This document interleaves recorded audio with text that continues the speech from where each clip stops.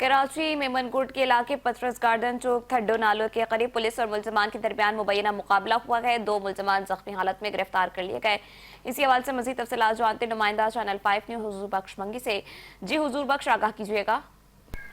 تو دیکھیں جی، یہ رات گئے کراچی کے علاقے پولیس اور ملزمان کے درمیان مبینہ مقابلہ ہوا ہے۔ پولیس کے مطابق مقابلہ پترس گارڈن چوک تھڈو نالوں کے قریب اس وقت پیش آیا جب گشت پر موجود اہلکاروں نے ایک موٹر سائیکل پر سوار 3 مشتبہ افراد کو رکنے کا اشارہ کیا۔ تاہم ملزمان نے رکنے کے بجائے پولیس پارٹی پر فائرنگ شروع کر دی، جس پر پولیس نے بھی جوابی فائرنگ کی اور فائرنگ کے تبادلے میں 2 ملزمان موسیٰ ولد کنل خان اور حاجی ولد خمیسو زخمی ہو گئے، جبکہ ان کا ساتھی ممتاز علی خمیسو کو بھی پولیس نے موقع سے گرفتار کر لیا۔